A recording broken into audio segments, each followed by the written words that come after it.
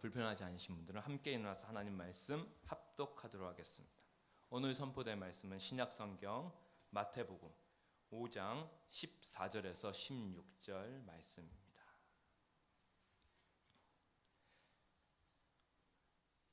함께 하나님 말씀 받들어 올리겠습니다. 너희는 세상의 빛이라. 산 위에 있는 동네가 숨겨지지 못할 것이요 사람이 등불을 켜서 말 아래에 두지 아니하고 등경 위에 두나니 이러므로 집안 모든 사람에게 비치느니라. 이같이 너희 빛이 사람 앞에 비치게 하여 그들로 너희 착한 행실을 보고 하늘에 계신 너희 아버지께 영광을 돌리게 하라. 아멘. 빛을 발하는 그리스도인, 이란 제목으로 하나님 말씀 선포가 있겠습니다.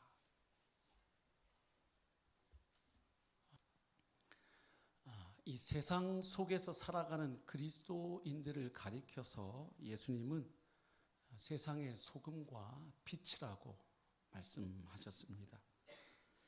그러니까 소금과 빛은 그리스도인들이 이 세상 속에 어떠한 존재로 보냄받았는지, 세움받았는지를 말해주고, 또 그 보냄받은 세상 속에서 어떤 모습으로 존재하고 또 살아가야 할지를 말해주는 중요한 비유가 됩니다. 그래서 우리가 2주 전인가요? 이미 소금에 대해서는 함께 말씀을 나누었습니다. 주님이 우리를 가리켜서 소금이 되라 말씀하지 아니하시고 너희야말로 세상의 소금이다 라고 말씀하신 이유가 무엇이었습니까? 바로 그 당시 소금의 특성 가운데 하나 뭐였습니까? 일단 맛을 잃어버리게 되면 다시 그 맛을, 짠맛을 회복하기가 매우 어렵거나 심할 경우 불가능한 것을 말씀하시며, 너희들은 절대로 이 세상 속에서 그 하늘 백성다운 삶의 자태와 모습, 그 향기, 다시 말해 그 짠맛을 잃어버리면 안 된다는 경고의 메시지로 소금 이야기를 하셨지요. 자, 그리고 주신 말씀이 빛의 말씀입니다. 우리를 가리켜서 너희야말로 세상의 빛이다 이렇게 말씀합니다. 그러면 우리는 또 물어야 합니다. 주님, 왜 우리를 빛이라고 비유하시나요? 지난번 말씀드렸던 것처럼 소금이다 할 때 소금에 대한 우리의 선지식과 선이해를 가지고 막 달려가면 주님의 의도를 놓친다 그랬죠? 그냥 소금, 방부제, 조미료? 그러니까 이 썩어갈 세상에서 방부제 역할을 하고 또 살맛나게 하는 조미료 역할을 우리 보고 하라고 하시나 보다. 물론 그리스도인들이 당연히 그런 역할을 해야 하는 것은 틀린 이야기가 아닙니다만은, 주님이 특별히 우리를 소금이라고 말씀하실 때 주님의 1차적인 의도는 그것이 아니었음을 우리가 그때 나누었죠. 오늘 마찬가지입니다. 우리를 가리켜서 너희가 빛이다 할 때에도 빛, 그러면 빛이 무엇인가? 빛은 어떤 속성을 가지고 있는가? 이렇게 막 달려가기보다는 주님이 우리를 왜 빛이라고 말씀하시는지, 그 다음에 이어지는 주님의 말씀에 귀를 기울여야 할 줄로 믿습니다. 자, 주님이 우리에게 빛이 되라 하지 아니하시고 너희는 빛이다 직설법으로 말씀하신 다음, 그렇게 우리를 빛이라고 말씀하시는 의도를 드러내시는데 두 가지 그림 언어를 통해서 드러내십니다. 자, 첫 번째 그림 언어가 뭡니까? 14절에 나와 있지요. 말씀 다시 보십시오. 너희는 세상의 빛이라. 자, 우리를 왜 빛이라고 하셨을까? 산 위에 있는 동네가 숨겨지지 못할 것이요. 자, 여기 주님이 첫 번째 말씀하시는 그림 언어가 하나 있습니다. 산 위에 있는 동네. 조금 더 정확하게 표현해 보면 산 위에 세워진, 산 위에 건설된 도시를 말씀하는 겁니다. 가령 예루살렘 같은 경우도 어디에 있나요? 상당히 고지대, 산지에 세워진 도시죠. 예. 미국에도 인디애나폴리스, 미네아폴리스 이런 것처럼 이 도시를 말하는 거예요. 예. 그래서 산 위에 세워진 도시 혹은 산 위에 있는 동네를 말씀하시는 의도가 있습니다. 그 의도가 무엇입니까? 말씀을 잘 보시면 답이 다 나와 있지요. 산 위에 있는 동네가 뭐하지 못할 것이요, 숨겨지지 못할 것이요. 자, 그러면 주님이 산 위에 있는 동네를 언급하신 의도가 무엇입니까? 산 위에 있는 동네는 그 특징상 뭐 할 수가 없다. 숨겨질 수가 없다. 뒤집으면 드러나고 노출될 수밖에 없다 하는 이야기입니다. 그렇죠. 큰 동네가 혹은 도시가 산 위에 세워지고 건설되어 있다면 그것을 무슨 수로 감출 수가 있겠어요? 만약에 처음부터 감출 의도라면 절대로 도시를 어디다 세우면 안 될까요? 산 위에 세우면 안 됩니다. 어디다 세워야 될까요? 저 북한에서 잘하는 것처럼 땅을 파고 땅 밑에다가 지하 도시를 세워야 은폐, 엄폐가 잘 되겠지요.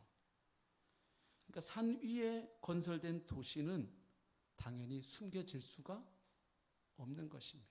거기 사람이 살고 있고 불빛이 새어 나오고 있고 거기다 높은 곳에 있으므로 이쪽 저쪽에서 다 보이는 것이 바로 산 위에 세워진 동네인 것입니다. 자, 그러면 제자를 빛에 비유하는 주님의 의도는 어디에 있습니까? 드러남에 있는 겁니다. 자, 이런 얘기죠. 산 위에 세워진 동네는 절대로 숨겨지거나 감추어질 수가 없는 것처럼 이 세상의 빛으로 존재하는 너희들은 이 세상을 살다 보면 절대로 너희가 누구인지 어떠한 사람들인지가 반드시 드러나게 되어 있다. 아니, 드러나야만 한다. 그 말씀을 하시는 것이죠. 예. 산 위에 건설된 도시가 사람들에게 그 위용을 자랑하면서 본연의 의도를 완수하는 것처럼 세상의 빛으로 세움받은 너희들 역시 사람들에게 노출되었을 때, 드러났을 때 너희들의 기능을 제대로 발휘하고 있는 것이다. 표현하면 이렇게 할 수 있겠습니다. 빛은 드러나야 빛이고 비추어져야 빛이다. 빛이 감추어지면 그것은 빛이라 말할 수가 없다. 그 말씀을 하시는 것이죠. 예. 그러니까 빛이 드러나고 비춰짐을 통해 역할을 감당하듯 이 세상에 존재하는 주님의 제자들 역시 드러남을 통해서 제자들의 본연의 사명과 역할을 감당할 수 있다 하는 말씀이 되겠죠. 그러나 중요한 것은 인위적으로, 자기적으로 꾸며서 드러내라는 말씀은 아니죠. 산 위에 있는 동네가 숨겨질 수 없는 것처럼 너희가 하늘 백성으로 이 땅을 살면 자연스럽게 드러날 수밖에 없다 하는 말씀이죠. 자, 두 번째 그림 언어는 어떤 것입니까? 15절에 나와 있는데 등경 위에 등불 그림입니다. 한번 보시죠. 15절. 사람이 등불을 켜서 말 아래에 두지 아니하고, 초등부나 청소년부 가서 설교하면요, 이 말이 뭔지도 설명해야 돼요. 왜냐하면 아이들은 이 말을 무슨 말로 생각하는 줄 아세요? 따가닥 따가닥 이렇게 이 말을 떠올려요. 어르신들은 다 아시죠? 이 곡식을 재는 도구죠. 예. 자, 등불을 켜가지고 그 말 아래에다가 두는 사람 누가 있냐 이 말씀하십니다. 등불을 켜면 반드시 어디 위에다 두죠? 등경 위에 둡니다. 왜냐하면 집안에서 불을 켠 이유는 그 불빛을 비추어서 그 집 안을 뭐 하기 위해서, 환하게 비추기 위해서 불을 켰으니까 당연히 그 등불은 등경 위에 두는 것입니다. 그래서 그 등불을 등경 위에 두면 어떤 일이 일어나는가? 이러므로 집안 모든 사람에게 비치느니라 말씀하십니다. 그러니까 등경 위에 등불의 특징은 뭡니까? 그 공간을 비친다는 것입니다. 그것이 있는 그 집 안을 비친다는 것입니다. 여기서도 산 위에 있는 동네하고 공통점이 있죠. 뭡니까? 등경 위의 등불은 숨어서가 아니라 드러나야 제 역할을 할 수 있는 물건이다. 즉 등불이 말 아래에 있을 때는 제 기능을 못하고 있고, 등불은 어디 위에 있을 때? 등경 위에 두어서 집안을 환히 비칠 때에 등불은 등불로서의 제 역할을 감당하고 있다. 그 말씀을 하시는 것입니다. 그러니까 말 아래 하는 것은 숨김을 이야기하는 거예요. 그 다음에 등경 위라는 것은 노출, 드러남, 빛을 비침하는 의미를 갖는 것이죠.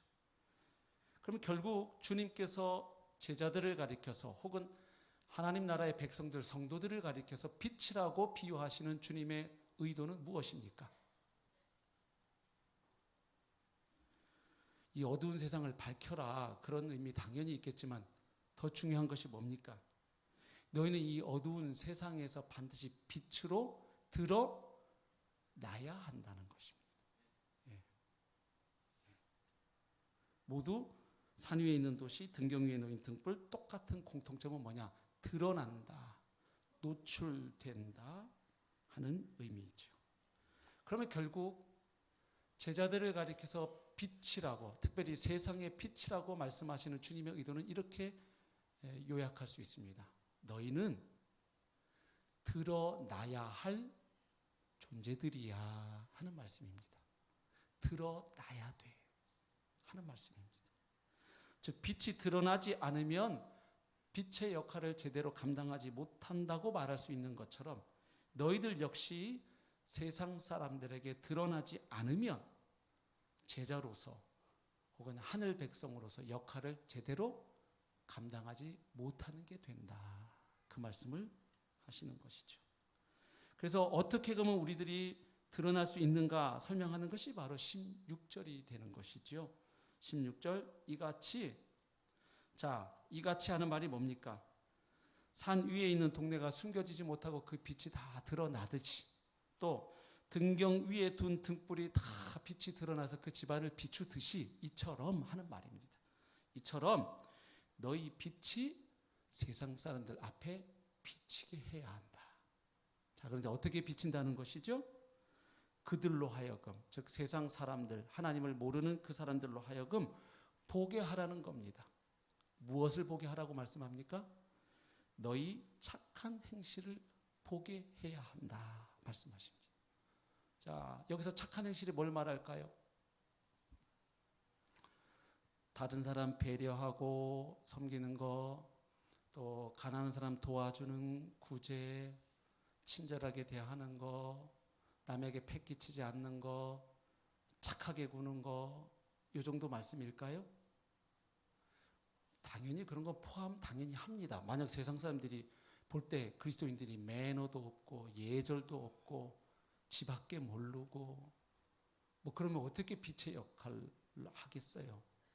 당연히 다른 사람들을 온유하게 대하고 겸손하게 대하고 정직하게 대하고 배려하는 것 당연히 들어가지만 여기서 선한 행실은 더 이상의 본질적인 의미가 있습니다. 왜냐하면 여기 착한 행실을 보고 그 다음에 주님이 기대하시는 결과가 있는데 본문을 보십시오. 너희 착한 행실을 세상 사람들이 보고 어떤 일이 일어나기를 주님은 기대하시는가? 하늘에 계신 너희 아버지께 영광을 돌리게 하라. 여러분, 아까 말씀드렸던 그런 착한 행실을 하면 하나님이 직접적으로 영광받지 않으십니다. 왜냐하면 세상 사람들도 그것은 추구하는 가치고 권장하는 가치입니다. 일반 양심을 가지고 사는 세상 사람들도 못돼 먹은 사람 아니고서는 착하게 살려고 합니다. 맞습니까? 심지어는 예수 엉터리로 믿는 기독교인보다 선량한 양심을 가지고 살려는 세상 사람들이 더 착하고 성실한 경우 보십니까? 못 보십니까? 많이 보죠. 오히려 더 남 돕는 일에 헌신적이고요. 더 남 배려하고 남을 위해서 살고 이타적으로 살고 많아요. 세상에 악한 사람들도 많지만요. 나름 착하게 자기 기준으로 의롭게 정의롭게 또 성실하게 살려고 노력하는 분들이 세상에 없지 않아요. 그러면 그런 사람을 보면 우리는 서로 어떻게 말합니까? 그런 사람 보고 하나님을 연상하지 않죠. 그렇게 남 배려하고 착하고 성실하게 살면 우리는 보통 이렇게 이야기합니다. 저 사람 참 좋은 사람이야. 사람이 참 착해. 선량해. 그래서 저 사람은 법 없이도 살 사람이야. 참 저런 사람이 내 이웃이어서 참 좋아. 저런 사람하고 동업하면 배신당하지 않겠어. 참 사람이 믿음이 가. 이렇게 이야기하지 하나님께 영광이 돌아가지 않습니다.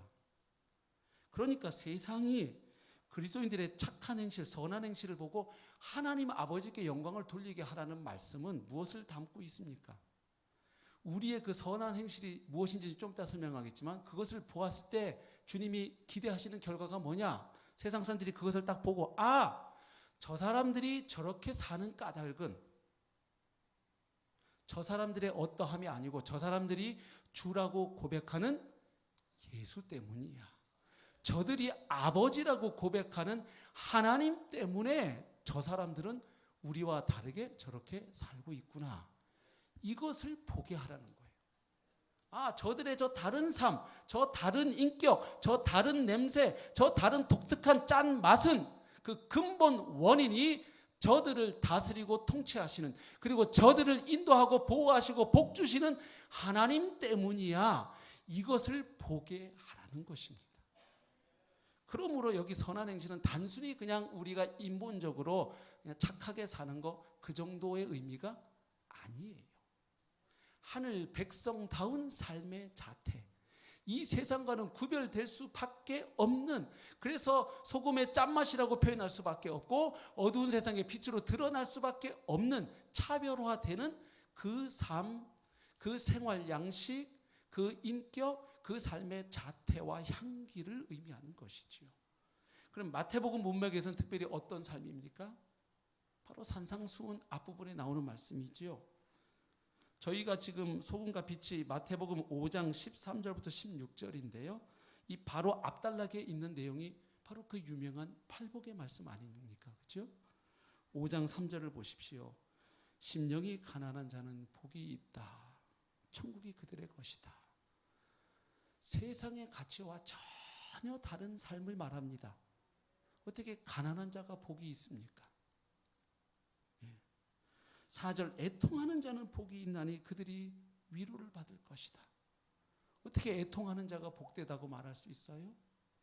하나같이 세상과는 정반대, 완전히 역전되고 전복되는 하늘나라 백성의 가치, 그 삶의 모습을 지금 이야기하시는 거잖아요.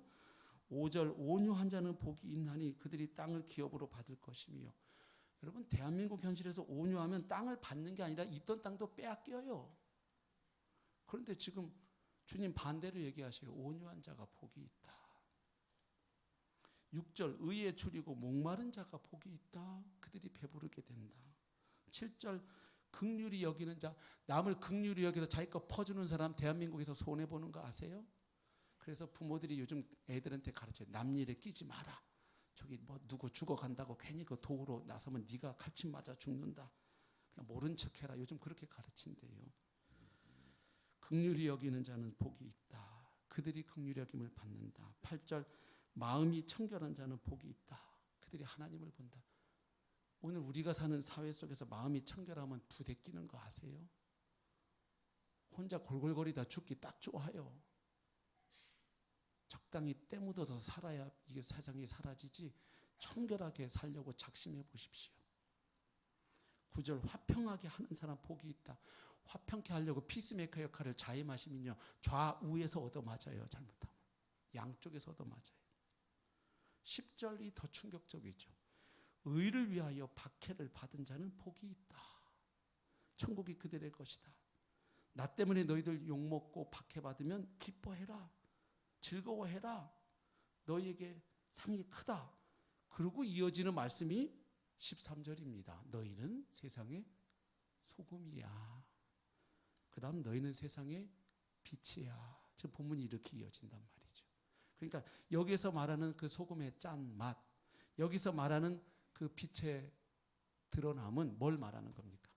바로 이렇게 세상의 가치와는 전혀 다른 하늘의 가치로 살아가는 그 모습을 가리켜서 선한 행실. 다시 말하면 이런 거예요. 하나님이 왕이시다 보니까 왕이신 하나님의 통치와 인도와 보호를 받으며 살다 보니 자기가 자기 인생 주인이라고 생각하는 사람, 돈이 자기 인생의 주인이라고 생각하는 사람, 마귀가 자기 인생의 주인이라고 생각하는 사람과 너희의 삶은 차별화될 수밖에 없고, 그래서 세상 사람들 가운데 들어 날 수밖에 없다. 너희들이 그리스도인이라고 커밍아웃 안 해도 너희들은 빛으로 드러날 수밖에 없는 존재가 바로 너희들이다. 예. 그래서 너희는 그렇게 드러나야 된다. 감추어져 있으면 내 뜻이 아니다. 너희들은 드러나야 할 사람들이다. 바로 그것이 우리를 빛이라고 말씀하시는 주님의 의도가 되는 것이죠. 그러면 결국 이 세상에 존재하는 제자의 본질적 사명 하나는 보여주는 역할에 있다는 것이 됩니다. 다시 말하면 주님은 주님을 만난 사람들을 통해서 아직 주님을 알지 못하는 세상 사람들에게 누구를 보여주고 싶어 하시는 겁니까? 바로 우리를 구원하신 주님을 보여주고 싶어 하시는 겁니다. 그리고 그 주님께서 다스리시는 하늘 나라가 있다는 것을 세상 사람들에게 보여주고 싶어 하시는 것입니다. 그러니까 주님을 따르는 제자도의 핵심 가운데 하나는 드러남 혹은 보여줌에 있는 것입니다. 그러면 결국 교회는 이 세상 사람들의 시선에 노출되어서 무언가를 보여주기 위해 생겨난 존재임을 말해줍니다. 즉 교회는 교회 스스로를 위해 존재하는 게 아니라 교회 공동체를 통해서 세상 사람들에게 하나님이 뭔가를 보여주기 위해 이 땅에 세우신 주님의 공동체인 것입니다. 네. 그러므로 오늘날 교회에서 많이 듣는 이 이야기는 잘못된 이야기입니다. 새로운 분들이 교회에 오면 교회에서 하는 말이 있습니다. 죄송한데요, 교회 예배드리러 오실 때에는, 목장 모임 오실 때에는요, 저희를 보시면 안 돼요. 사람을 보시면 안 되고요, 하나님을 보셔야 돼요. 참 그럴듯한 말인데, 눈에 보이지 않는 하나님, 아직 복음을 깨닫지 못하고 성령으로 거듭나지 못한 사람에게 눈에 보이지도 않는 하나님을 보십시오. 어려운 이야기입니다. 그렇죠? 그러니까 이게 우리가 이런 말을 자꾸 하면 직무유기하는 것임을 오늘 본문은 말해줍니다. 주님은 우리에게 뭐라고 말씀하신 거냐면 오늘 본문은 니네가 좀 보여줘라 이렇게 말씀하시는 거예요. 근데 우리는 죄송한데 우리를 보지 마시고 주님을 보십시오 이렇게 말한단 말이에요. 지금 교회가. 그렇죠? 예, 직무유기죠. 주님은 니네들이 보여줘라. 저들로 하여금 너희를 보고 하나님 아버지가 영광 받도록 해라. 이것이 바로 너희를 세상의 빛이라고 말하는 내 뜻이다. 이렇게 말씀하고 계십니다.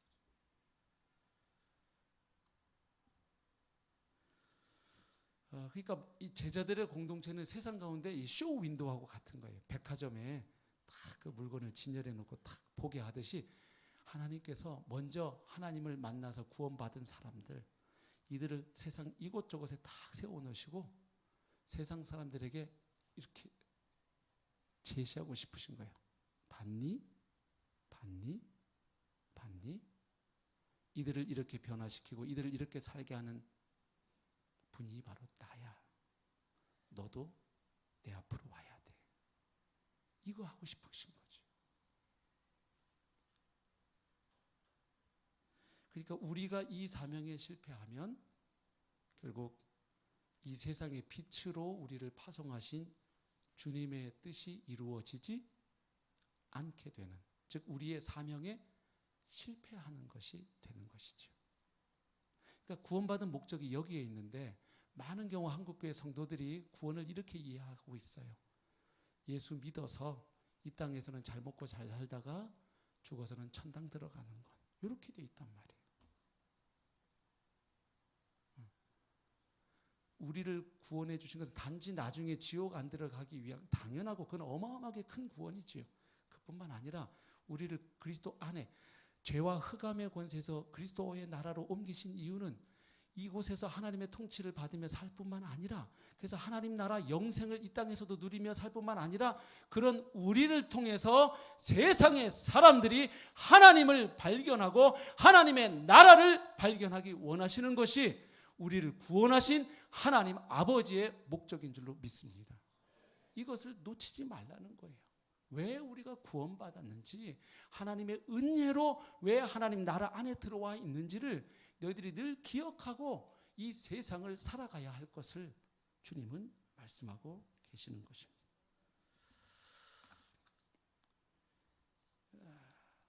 그래서 신구약 성경 전체적으로 보면 하나님께서 하나님의 백성들을 택하시는 목적이 있습니다. 그리고 그 사람들을 구원하신 목적이 있을 뿐만 아니라 그들에게 기대하시는 바가 있습니다. 요것까지 살펴보고 말씀을 맺으려 합니다. 우리 창세기 18장 19절을 한번 먼저 보실까요? 온 인류가 하나님을 대항하고 바벨탑을 쌓아서 하나님께 도전할 때 하나님은 이 망가진 세상을 다시 회복하기로 결심하십니다.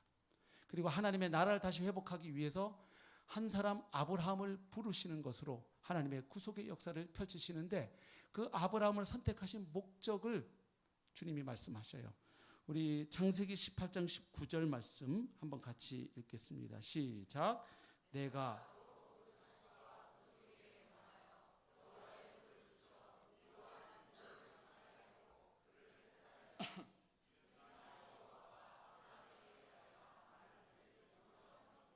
아멘. 자, 하나님이 아브라함을 선택하신 목적을 뭐라고 밝히십니까? 아브라함뿐만 아니라 아브라함의 자식들, 그리고 아브라함에게 속한 권속들, 그 가족들이 여호와의 도를 지켜서 의와 공도를 행하게 하려고 내가 아브라함을 택하였다. 즉 하나님의 길을 걸어가는 하늘 백성들을 만들기 위해서, 그리고 그들을 통해서 세상 사람들이, 열방이 다시 하나님께로 돌아오고 복을 받도록 하기 위해 선택하셨습니다. 특별히 아브라함의 후손들을 한 민족을 세우시고 그 민족 가운데 하나님은 누구를 보내실 계획을 가지고 계신 것이죠? 바로 하나님의 아들 메시아 예수 그리스도. 그래서 아브라함, 이삭, 야곱에게 계속 반복해서 하시는 말씀이 너희들에게 자손을 준다, 땅을 준다, 그리고 너희들에게 복을 주겠다는 얘기를 하시고 맨 마지막 총 결론은 뭡니까? 그로 인해서 너와 너의 후손을 통해서 세상 모든 민족 열방이 복을 받게 된다. 그러니까 아브라함을 선택하시고 이스라엘 백성을 선택하시고 단지 그들에게 하나님이 구원 주시고 단지 그들에게 복 주시기 위함이 아니고, 그 은혜와 복을 받은 그들을 통해 그 복이 어디까지? 땅끝까지, 세상 열방까지 가도록 하기 위해서 바로 너희들을 택하였다. 근데 그러려면 너희들은 이 세상 사람들과 달라야 된다는 거예요. 그래서 하나님을 왕으로 믿고 그 하나님의 통치를 받는 삶, 그것이 어떻게 표현되느냐? 여호와의 도를 지켜 의와 공도를 행하는 삶. 이것을 위해서 내가 아브라함을 선택했다 말씀하십니다. 자, 그리고 아브라함의 후손들을 통해서 이제 한 민족이라고 불려질 만큼 많이 번성했을 때 이제 하나님은 이스라엘 백성들, 이집트의 노예 생활하고 있는 그들을 건져내십니다. 그렇게 해서 아브라함에게 약속했던 가나안 땅으로 인도해 가시는데, 가나안 땅에 들여놓기 전에 시내산에서 하나님은 이스라엘 백성과 언약을 맺으시지요. 그 언약을 맺으시는 목적을 출애굽기 19장에서 보면 밝혀주고 있습니다. 우리 출애굽기 19장 4절부터 6절 한번 같이 읽어볼까요? 시작. 내가 애굽 사람에게 어떻게 행하였음과 내가 어떻게 독수리 날개로 너희를 업어 내게로 인도하였음을 너희가 보았느니라. 세계가 다 내게 속하였나니 너희가 내 말을 잘 듣고 내 언약을 지키면 너희는 모든 민족 중에서 내 소유가 되겠고 너희가 내게 대하여 제사장 나라가 되며 거룩한 백성이 되리라. 너는 이 말을 이스라엘 자손에게 전할지니라. 아멘. 그러니까 그 피로 하나님과 언약을 맺기 전에 모세에게 이 언약을 맺으시려고 하는 하나님의 목적과 의도를 백성들에게 전하라는 이야기입니다. 여기서 하나님 하시는 말씀을 보면 먼저는 하나님과 이스라엘 백성 사이에 어떻게 관계가 시작되었는지를 말씀합니다. 바로 애굽의 종살이 노예 생활하고 있던 너희들을 내가 건져서 내게로 이끌었다. 그래서 이제 내가 너희들과 특별한 관계를 맺으려고 하는데 뭐라고 말씀하십니까? 너희들이, 나의 구원을 경험한 너희들이 이제 저 세상 사람들처럼 자기 소욕대로 살지 않고 너희를 구원한 내 말을 잘 듣고 그리고 내 언약을 지키면 너희를 이런 사람들로, 존재들로 내가 세우고 싶다. 세 가지 말씀합니다. 첫 번째는 모든 민족 중에서 너희를 내 소유 삼겠다. 사실 그 앞에 하나님 말씀하신 거 보면 세계가 다 내게 속하였다. 즉 내가 온 세계를, 우주를 창조한 창조주이기에 온 세상의 소유권은 누구에게 있다? 내게 있다. 온 세계가 벌써 하나님 거라는 걸 이미 앞에서 얘기하셨음에도 불구하고, 그런데도 특별히 모든 민족 중에서 너희를 내 소유로 삼겠다. 그리고 너희는 제사장 나라가 될 것이다. 제사장이 거룩하신 하나님과 범죄한 백성 사이에서 이 제사를 통해 중재하듯이 너희 나라를 통해 나를 떠난 모든 세상 나라와 열방을 다시 내게로 이끄는 일에 너희를 그 통로로 쓰고자 한다. 그 말씀이죠. 그 다음, 그러려면 너희가 어떤 사람들이 되어야 하느냐? 세상 사람들, 이 이방 백성들과는 구별되는 거룩한 백성이 되어야 한다. 거룩의 가장 기본 개념은 분리에 있습니다. 예, 구별, 갈라놓는 겁니다. 그래서 똑같은 카페트라고 해도 이 룸살롱에 깔려있는 카페트는 거룩한 카펫이 아닌데 그것이 하나님을 예배하는 곳에 쓰여지면 그걸 거룩하다, 성막이나 이렇게 쓰이면 그 자체가 거룩한 게 아니에요. 그것이 구별되어서 하나님을 영화롭게 하는 일에 쓰일 때 거룩하다고 이야기합니다. 그러니까 성도들이 거룩한 게 우리가 진짜 죄가 없고 거룩해서 성도라고 부르시는 게 아니라 예수 피로 우리 죄를 사하시고 구속하셔서 세상으로부터 구별해서 하나님 백성으로 갈라 놓았기 때문에 성도라고 부르시는 것입니다. 예. 그래서 거룩한 백성이 되리라. 자, 그러니까 하나님께서 어떤 사람들을 구속하시고 하나님의 백성 삼으시는 목적은 뭡니까? 바로 그들로 하여금 그들이 하나님을 왕으로 믿고 섬기는, 그래서 하나님의 통치와 다스리심, 하나님의 인도와 보호와 복을 받으며 살아가는 하나님의 백성들을 삼으시겠다는 겁니다. 그리고 그들을 통하여 아직 하나님께로 나오지 않은 사람들을 하나님께로 나오도록 하는 축복의 통로로 삼으시겠다는 계획입니다. 그래서 이런 하나님의 백성들에게 하나님이 요구하시는 바는 신구약이 똑같습니다. 원리가. 먼저 이스라엘 백성들에게 하나님이 요구하셨던 말을 확인해 봅니다. 레위기 18장입니다. 우리 1절부터 5절 또 한번 읽어보겠습니다. 시작. 여호와께서 모세에게 말씀하여 이르시되 너는 이스라엘 자손에게 말하여 이르라. 나는 여호와 너희의 하나님이니라. 너희는 너희가 거주하던 애굽 땅의 풍속을 따르지 말며 내가 너희를 인도할 가나안 땅의 풍속과 규례도 행하지 말고 너희는 내 법도를 따르며 내 규례를 지켜 그대로 행하라. 나는 너희의 하나님 여호와이니라. 너희는 내 규례와 법도를 지키라. 사람이 이를 행하면 그로 말미암아 살리라. 나는 여호와이니라. 아멘. 핵심 간단하죠? 이제 너희는 세상 사람들과 다르게 살아야 해 하는 말씀입니다. 근데 콕 집어서 좀 말씀해 주신 나라가 있습니다. 어느 나라죠? 너희가 이전에 노예 생활하던 그 애굽 사람들의 풍속을 따르지 말아라. 그리고 이제 너희가 잠시 후면 가나안 땅에 또 들어가게 될 터인데 그 가나안 땅에 너희 앞서 살고 있던 그 가나안 족속들의 그 풍속과 가치와 삶의 모습을 따라가서는 안 된다. 그래서 애굽도 아니다. 가나안도 아니다. 오직 너희는 내 규례와 법도를 따라야 한다. 그래야 너희를 구원한 나의 목적이 이루어진다. 예. 신약도 똑같아요. 우리 로마서 12장 2절 말씀 같이 읽어볼까요? 시작. 너희는 이 세대를 본받지 말고 오직 마음을 새롭게 함으로 변화를 받아 하나님의 선하시고 기뻐하시고 온전하신 뜻이 무엇인지 분별하도록 하라. 아멘.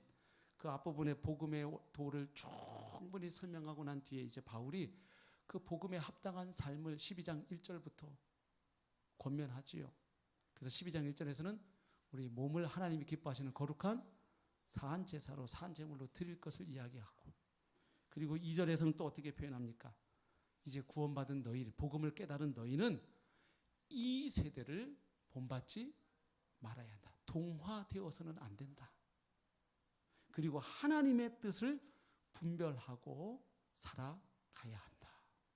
똑같죠? 그러니까 구원받았으면 이 세상을 본받지 말고 하나님의 뜻, 하나님의 규례, 하나님의 법도, 하나님의 길, 이렇게 가야 된다 하는 이야기입니다.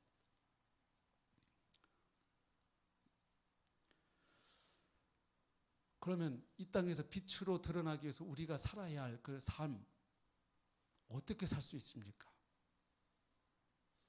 이것을 다음 주부터 시리즈로 보려고 합니다.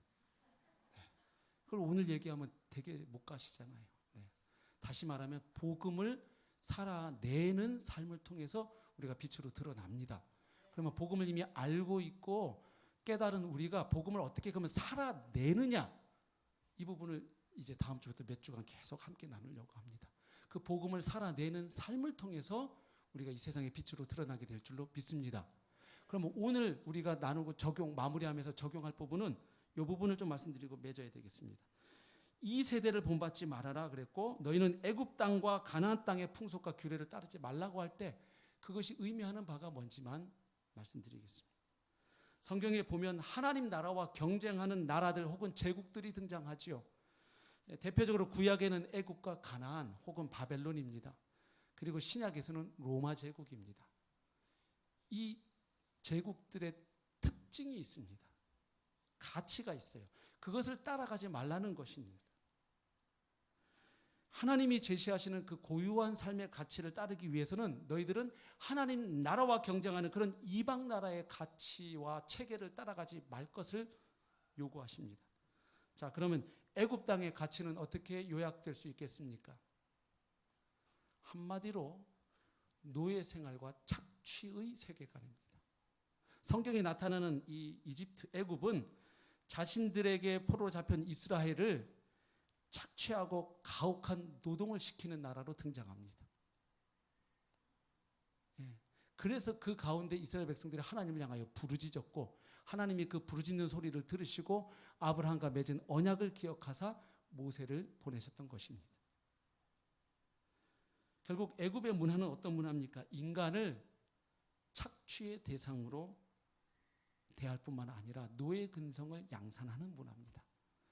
무서운 것이 이스라엘 백성들을 애굽에서 430년간 종살이 하다가 하나님 건져내놨더니, 우리 지난주 민수기 말씀 보았듯이 이제 그들을 건져서 가나안 땅으로 인도해 가시는데 틈만 나면 이스라엘 백성들 입에서 튀어나오는 소리가 있습니다. 뭡니까? 그때가 좋았어. 그러면서 어디로 다시 돌아가자? 애굽으로 가자. 이 말은 그들이 노예 근성에 아직도 쩔어 있다는 겁니다. 그래서 하나님이 이들을 광야에서 무던히 훈련시킵니다. 그런데 결국 결말을 보면요, 출애굽한 1세대들 그 노예 근성 벗어나지 못해요. 그래서 결국 그들 어떻게 되느냐? 광야 40년 헤매는 동안 다 죽어요. 결국 가나안 땅은 누가 들어갑니까? 그들의 자녀들 2세대가 들어갑니다. 무서운 이야기예요.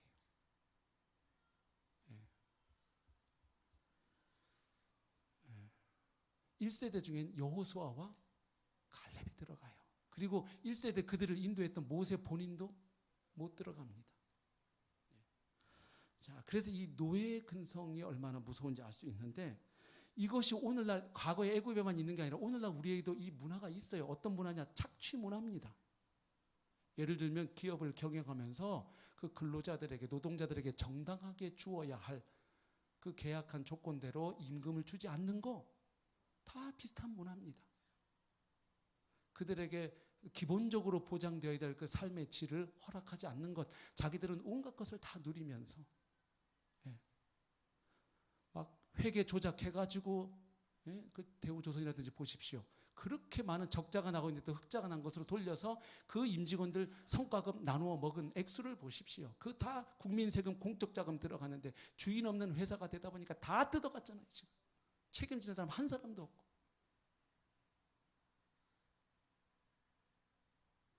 이 착취의 문화입니다. 이게 저 아프리카 같은 데만 있는 게 아니잖아요. 우리나라도 툭툭 튀어나오죠. 그 염전도에 막 그죠? 사람을 또 막 무슨 자비 어선에 태워가지고 막 그 구타하고 때리고 월급 안 주고 이런 아주 노골적인 착취 문화가 아니라 뭐 한국 사회 요즘 뭐 젊은이들 고민하는 열정페이, 예, 요즘 아동 학대도 다 착취의 문화 아닙니까? 이 아이들을 뭘로 보니까 가능한 거예요? 내 소유물로 보니까 가능한 겁니다. 아무리 우리를 통해서 태어난 아이들이라고 해도 이 생명의 주인은 하나님이십니다. 하나님의 형상으로 태어난 그 아들과 딸은 우리의 소유가 아니에요. 우리에게 양육하라고 맡겨주셨고 허락하신 우리 집에 와 있는 VIP 손님들입니다. 맞죠? 때 되면 떠나갈 사람들입니다. 있는 동안 VIP 대접하는 거예요. 예.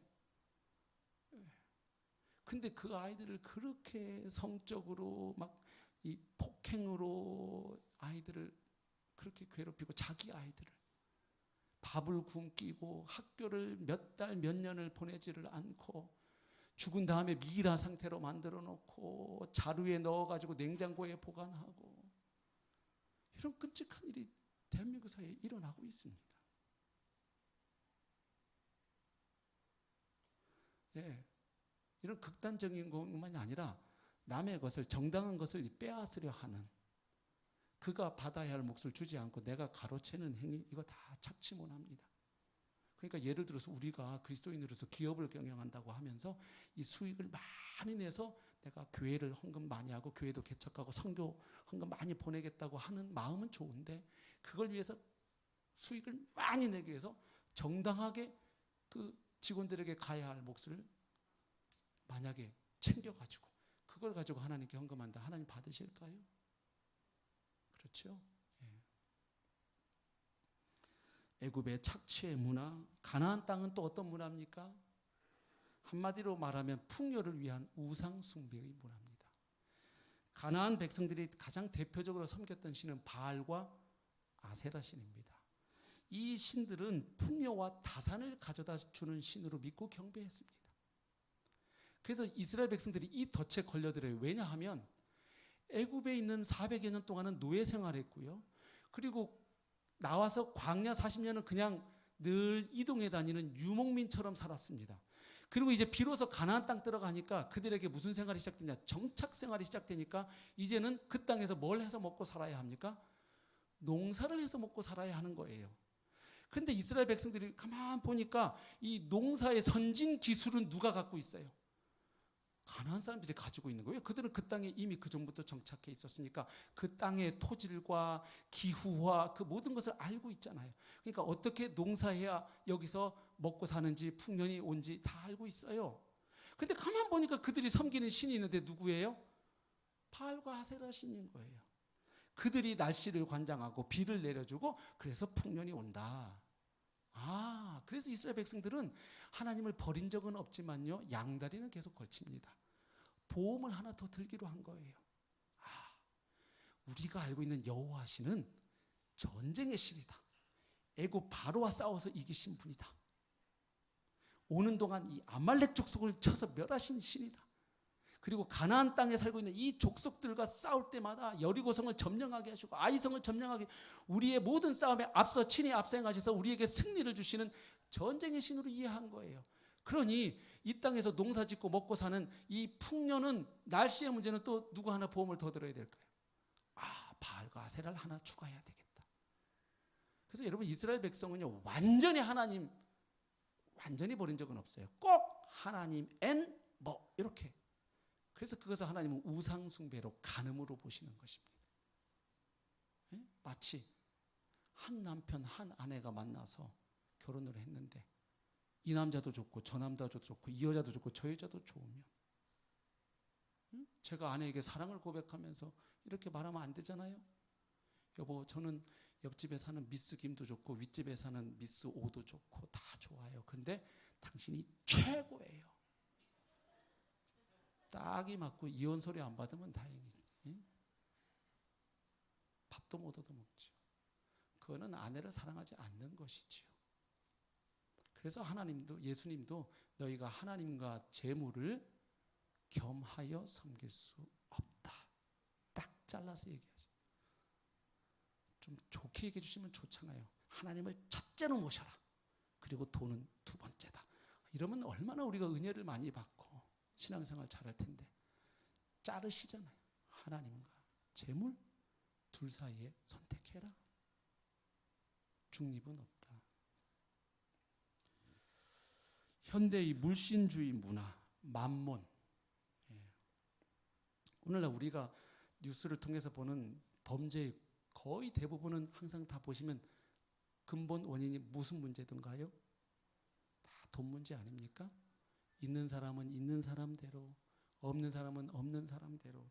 이 물신주의. 적당히 있다고 해서 여러분 욕망이 멈추지 않아요. 지금 롯데가의 형제들의 분쟁을 보십시오. 지금 한 분은 또 구속됐죠. 몇 천억 재산이 있는데도 또 뇌물 받아 먹고, 또 형제들은 서로 자기가 아버지를 잇는 적통이다. 싸우다가 지금 형님은 슬그머니 롯데 수사 들어가니까 나 아니야 그러고 슬쩍 빠져나가대요. 동생 딱 얼마 전까지 자기가 막 아버지로부터 이렇게 하더니. 근데 그렇게 돈이 많아도 또 싸우려고 해서 나온 패러디가 하나 있다 그래요. 제가 아내에게 들었어요.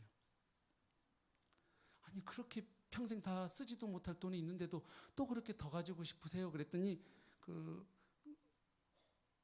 롯데가의 경영자들이 한 말이 있대요. 니들이 돈 맛을 알아? 네. 롯데리아 옛날 햄버거 선전이었어요. 니들이 개 맛을 알아? 네. 물신주의 문화. 로마의 문화는 어떤 문화예요? 거짓된 평화입니다. 이 팍스 로마나. 제국주의 실현을 위해서 로마는 수많은 사람들의 목숨을 빼앗았습니다. 그리고 전 세계 로마 제국을 통해서 평화를 너에게 가져다 준다고 약속했고, 그것이 바로 팍스 로마나입니다. 근데 이 팍스 로마나는 역사를 보면 지배 계급에게는 태평성대였어요. 그들에게만. 그 식민지 백성들에게는 폭력과 착취로 고통받는 역사였습니다. 오늘날 이것은 어떻게 나타납니까? 거짓된 승리주의. 우리가 확보해 놓은 이 적금 통장 잔액과 이 보험이, 내가 들어놓은 보험이 나를 지켜줄 것이다. 아니면 우리 교회가 가지고 있는 이 권력의 힘, 우리 교회에 높은 사람들이 많이 있다. 법조인도 있고 국회의원도 있고, 그래서 저기 닿을 데가 많다. 청와대랑 닿을 사람 많이 있고, 그래서 이거 가지고 우리가 하나님 나라를 확장할 수 있다. 그 조직의 힘, 돈의 힘, 권력의 힘, 이런 것으로 평화하면 로마 제국이 말한 팍스 로마나하고 다를 바가 없는 것이죠. 바벨론 제국의 문화는 특별히 음란의 문화예요. 그러니까 너희가 빛이다 말씀할 때에는 바로 너희들은 이런 것들을 뭐하라? 거부하라는 거예요. 따라가지 말고. 그리고 하나님의 통치를 받으며 살아라. 우리가 즐겨 쓰는 말로는 복음을 살아내어라. 그 부분은 우리가 이제 다음 주부터 살피고, 오늘 일단 우리가 먼저 할 것은 두 가지입니다. 우리가 이 세상의 빛으로 부름을 받았다는 우리의 아이덴티티입니다. 우리는 드러나야 할 사람들이다. 이 의식을 갖고 우리가 회사 안에, 가정 안에, 직장 안에, 학교 안에 우리가 살아가야 하겠습니다. 그리고 우리에게서 드러날 빛은 내가 스스로 가지고 있는 빛을 내는, 우리는 스스로 빛을 내는 발광체가 아닙니다. 마치 달처럼 빛이신 주님으로부터 빛을 받아 다시 반사하는, 흘려보내는 자가 우리인 줄로 믿습니다. 요한복음 1장 3절 보면 예수님 안에 생명이 있었으니 이 생명은 사람들의 빛이다 얘기합니다. 주님이 빛이십니다. 우리는 빛이 아닙니다. 그러므로 빛이신 주님의 통치 안에 우리가 들어갈 때 우리를 다스리시는 주님이 세상 사람들에게 증거 되시는 것입니다. 그래서 오늘 또 한 가지는 이 세상의 가치 문화, 우리가 거부해야 될, 우리도 모르면 그 안에 이미 그 안에서 살아가고 있고 숨을 쉬다 보면 이것이 왜 문제인지를 모르고 우리 안에도 그 안에 절어 있을 수가 있습니다. 이거 말고도 많죠. 전에 나눈 포스트 모더니즘부터 시작해서 다원주의 사상 여러 가지 것들이 있겠습니다만 일단 우리는 이 세상의 문화, 이 제국의 문화를 거부하고 살도록 부르신 하늘 백성인 줄로 믿습니다. 다시 한번 우리의 결단이 있었으면 좋겠습니다.